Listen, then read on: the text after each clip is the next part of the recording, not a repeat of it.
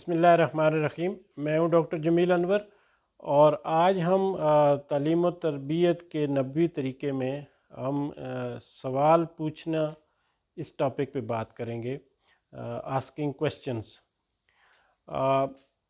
تعلیم و تربیت کے ماحول میں سوالات کی بڑی اہمیت ہے۔ سوالات جو ہوتے ہیں وہ اشکال کو دور کرنے کا ذریعہ ہوتے ہیں، وہ نئی نئی جہتیں کھولتے ہیں، نئے نئے راستے جو ہیں وہ اس سے نکلتے ہیں، اور سوالات پوچھنے کی وجہ سے بہت ساری ایسی باتیں جو ادروائز ڈسکس نہیں ہوتی یا لوگوں کے ذہنوں میں نہیں ہوتی، تو اس سوال کی وجہ سے وہ ٹھیک ہو جاتی ہیں اور ان پہ بات چیت ہوتی ہے، ان کا جواب مل جاتا ہے۔ تو سیکھنے سکھانے کے عمل میں سوالات ایک بنیادی حیثیت رکھتے ہیں، اور ایسے ماحول میں جہاں پہ سوالات پوچھنے کو انکریج کیا جاتا ہے، وہاں پہ سیکھنے کا عمل بہتر ہوتا ہے۔ ہمارے ہاں دیکھا گیا ہے کہ ہم سوالات جو ہے وہ پوچھنے میں بہت جھجک محسوس کرتے ہیں، اور اس کی بڑی وجہ یہ ہے کہ ہمارے تعلیمی نظام میں سوالات کو پوچھنا جو ہے وہ ایک اچھی عادت نہیں سمجھا جاتا، اور جس کی وجہ سے ہم ساری زندگی جو ہے وہ سوالات پوچھنے سے بچتے رہتے ہیں، اور اسی وجہ سے پھر ہم آگے بڑھنے سے بھی پیچھے رہ جاتے ہیں۔ اگر ہم قرآن و سنت میں دیکھیں تو اللہ تعالیٰ نے جو ہے وہ قرآن کے اسلوب میں سوالات کو رکھا ہوا ہے۔ اللہ تعالیٰ نے کئی جگہوں پہ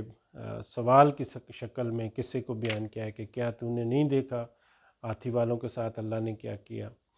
حضرت ابراہیم علیہ السلام کا واقعہ جو ہے، جس میں ابراہیم علیہ السلام پوچھتے ہیں کہ اللہ تو مردوں کو کیسے ٹھیک کرے گا، حالانکہ ان کو یقین تھا اس پہ، لیکن اللہ تعالیٰ نے یہ بات ان کو سکھائی، اور پھر اللہ تعالیٰ نے ان کو جواب بھی دیا۔ اسی طرح قرآن میں جو ہے وہ بہت ساری جگہوں پہ لوگوں کے سوالات کو کوٹ کیا گیا ہے کہ لوگ آپ سے مال غنیمت کے بارے میں پوچھتے ہیں، لوگ آپ سے قیامت کے بارے میں پوچھتے ہیں، لوگ آپ سے یتیموں کے مال کے بارے میں پوچھتے ہیں۔ تو اس طرح کے سوالات جو ہیں وہ قرآن نے خود شروع کر کے پھر اس کا جواب جو ہے وہ بیان کیا۔ اسی طرح حضور صلی اللہ علیہ وسلم کی زندگی میں بھی ہم دیکھتے ہیں تو حضور صلی اللہ علیہ وسلم بھی لوگوں سے سوال کیا کرتے تھے کہ جانتے ہو اس شخص کے بارے میں جو ابھی یہاں سے گزرا ہے، اس طرح کے پھر کوئی اور باتیں کرتے تھے کہ جانتے ہو وہ عمل آپ کو نہ بتا دوں۔ تو یہ حضور صلی اللہ علیہ وسلم سکھاتے تھے کہ سوال کیا جائے، تاکہ پھر صحابہ کا طرز عمل یہ ہوتا تھا کہ ایک تو وہ سوال کرتے تھے، جو بھی ان کو مسئلہ درپیش ہوتا تھا، جہاں پہ بھی کوئی شکوک و شبہات ہوتے تھے تو وہ حضور صلی اللہ علیہ وسلم سے سوال کرتے تھے، اور جب حضور صلی اللہ علیہ وسلم سوال کرتے تھے تو جب ان سے جواب پوچھتے تھے تو وہ ان کا طرز عمل یہ ہوتا تھا کہ اللہ اور اللہ کے رسول بہتر جانتے ہیں۔ وہ بعض دفعہ سوالوں کو جانتے بھی ہوتے تھے تو پھر اس کو ریفر بیک کر دیتے تھے حضور صلی اللہ علیہ وسلم سے، تاکہ ان کو وہ پورا تشفی جو ہے وہ اور مکمل جواب مل جائے۔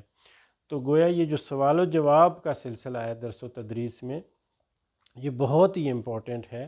اور اس کی وجہ سے جو ہے وہ نئی نئی جہتیں کھلتی ہیں، جو اسٹوڈنٹس میں کانفیڈنس پیدا ہوتا ہے، ان میں اپنائیت آتی ہے، اور جو استاد ہے اس کو بھی نہ صرف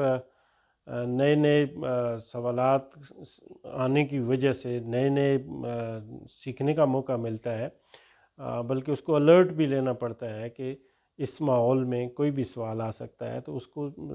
اپنے تیاری میں جو ہے وہ بہت محنت کرتا ہے استاد، اس کو کرنی پڑتی ہے، اور اس سے جو ہے وہ ایک بہتر ماحول میں تعلیم و تدریس کا سلسلہ چلتا ہے۔ تو ہم بھی اگر اس طرح کا ماحول پیدا کریں، وہ قومیں جو بہت آگے جن کو آج ہم دیکھتے ہیں، ان کے تعلیمی نظام میں سوال کو ایک بنیادی حیثیت دی جاتی ہے، ان کے پیپر جو ہیں وہ کوشچن پیپر اس طرح کے ہوتے ہیں جس میں کرٹیکل انالیسس، تھنکنگ اور اس طرح کی چیزیں ہوتی ہیں۔ تو مختلف طریقوں سے سوالات جو ہیں وہ اٹھائے جاتے ہیں اور پھر ان میں بحثیں کی جاتی ہیں، اور ان بحثوں کے نتیجے میں کسی کنکلوژن پہ پہنچا جا سکتا ہے۔ تو حضور صلی اللہ علیہ وسلم کی لائف سے یہ بڑا امپورٹنٹ فیکٹر جو ہے وہ سوالوں کا پوچھنا اور سوالوں کو پھر ہینڈل کرنا، یہ تعلیم و تدریس کے سلسلے میں ہمیں اپنانا چاہیے تاکہ ہم اپنے نظام میں بہتر سے بہتر نتائج حاصل کر سکیں۔ مزید اس طرح کے ویڈیوز کے لیے دیکھتے رہیے ہمارا چینل۔ آپ کا بہت بہت شکریہ۔